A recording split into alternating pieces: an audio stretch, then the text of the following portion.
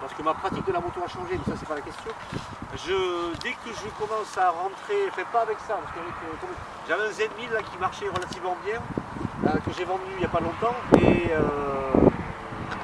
donc on rentre, les motos de cette génération-là, c'est des motos qui sont faciles. Donc on rentre avec beaucoup de vitesse dans des courbes, et ça m'arrivait régulièrement de venir, mais putain, de lève tes yeux, parce que j'avais toujours tendance. Ben exactement. Alors, et dès qu'on lève le regard, ça va tout seul. La moto, en fait, le placement de la trajectoire et même la gestion de la vitesse, elle se fait plus facilement. Et même quand on roule beaucoup, je ne sais pas si ça vous arrive de vous le dire, mais voilà, on a plus tendance à rapprocher son regard. Donc il y a des petits exercices comme ça, bon, comme le fait, voilà, tourner un petit peu sur place, et sur place en faisant des rondes, des 8. Il faut une dizaine de mètres. Hein. Là, la piste, elle fait 8,50.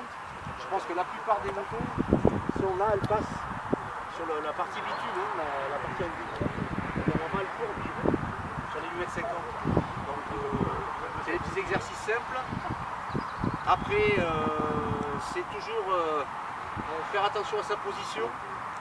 On voit beaucoup de gens sur la route qui roulent après au fur et à mesure, qui ont les pieds en canard. Et alors, les pieds en canard, ça veut dire qu'on ne travaille plus avec ses jambes et plus avec son bassin. On travaille avec le haut du corps. Et donc ça c'est sur les choses basiques. En fait c'est les pieds parallèles à la moto, les jambes serrées pour qu'on puisse travailler beaucoup avec le bassin. Et puis donc après, je sais pas aussi. Alors ceux qui ont les motos modernes avec des freinages couplés ou intégrés, enfin pas intégrés, intégral, pardon. Intégré, c'est pas la même chose. Des freinages couplés, bon, ça a plus, même avec l'ABS, comment dirais-je, ça force un peu les données, hein, puisque je ne sais pas si vous vous souvenez, quand vous avez passé le permis, normalement votre formateur vous a toujours dit d'appuyer sur le frein arrière en premier, hein, parce que ça assoit la moto. Et ça, c'est des choses qui au fil du temps, parfois, ou quand on discute avec des gens, on se dit ouais, finalement le frein arrière je ne m'en sers jamais. Alors qu'il est super important pour stabiliser votre moto à petite vitesse.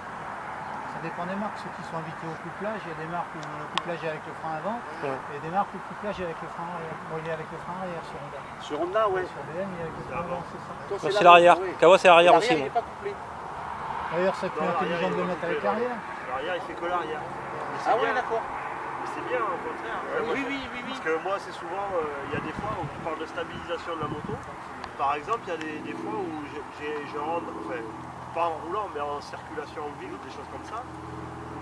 Je lèche un peu l'arrière, ça me permet de mieux guider la moto dans des situations un peu complexes. Tout à fait. Et après, je relâche, parce que si je tape l'avant, il y a tout qui... Enfin, mais ça ne plonge pas, mais ça se comporte pas de la même façon. Le frein avant, tu l'arrière, le frein avant, surtout quand on est en la direction engagée, le frein avant déstabilise. Peut créer une... Sur des demi-tours ou des machins, des fois même avec les méthodes japonaises, tu sais, où ils appuient, ils freinent l'arrière. Quand on braquage, ouais. Pour mieux prendre leur virage, ils coupent ils plongent par terre là, et après ils relèvent. C'est des trois. J'en suis pas là quand même. Non, mais c'est pas faire, c'est les japonais, c'est les parents pour ça.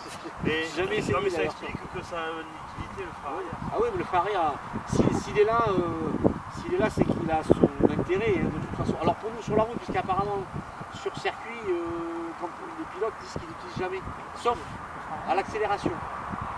Ils s'en servent à l'accélération pour éviter, alors même s'ils ont des antipatinages, ça leur sert pour éviter les délestages. Mais sur les freinages, en fait, vous avez vu depuis quelques années, c'est Rossi qui avait lancé ça, ils sortent la jambe. Donc en fait, ils freinent avec le pied sorti, donc ça veut dire que le frein arrière ne s'en sert pas. Ce qui est assez... Mais bon, après c'est notre domaine, parce que leur truc est tellement évolué que... Ça sur la route. Non mais c'est pour ça qu'il y a tellement de technologie, c'est comme la Formule 1, c'est une extrapolation de la voiture, ça n'a rien à voir. Ça devient incomparable. Ce qu'ils peuvent faire eux, ce que nous on fait au quotidien. Par contre, ce qui est intéressant à regarder, je pense qu'on regarde des courses, c'est leur tête. C'est le regard.